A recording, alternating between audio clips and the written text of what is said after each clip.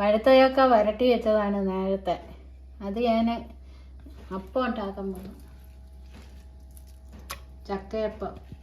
പച്ചരി കുതിർത്തി ഞാൻ അരച്ചതാണ്. ലേശം ഉപ്പിട്ട്.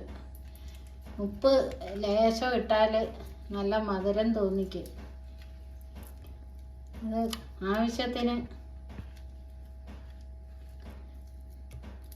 ചക്ക ഇതെല്ലാം കൂടെ മിക്സ് ചെയ്യുക. നല്ല ടേസ്റ്റ്. അവിടുത്തെ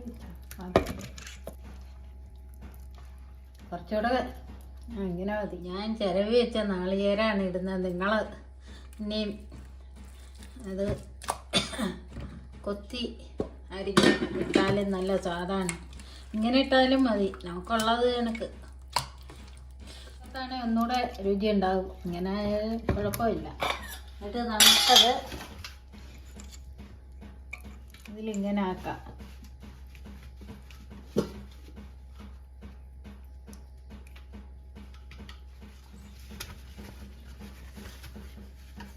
വാഴയിലയിലും ഉണ്ടാക്കാൻ പറ്റും.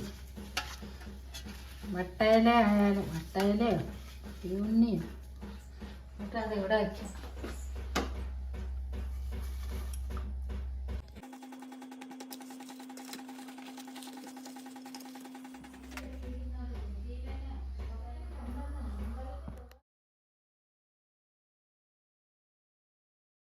ഉണ്ടാക്കിയ ചക്കയപ്പം തയ്യാറായിട്ടുണ്ട്.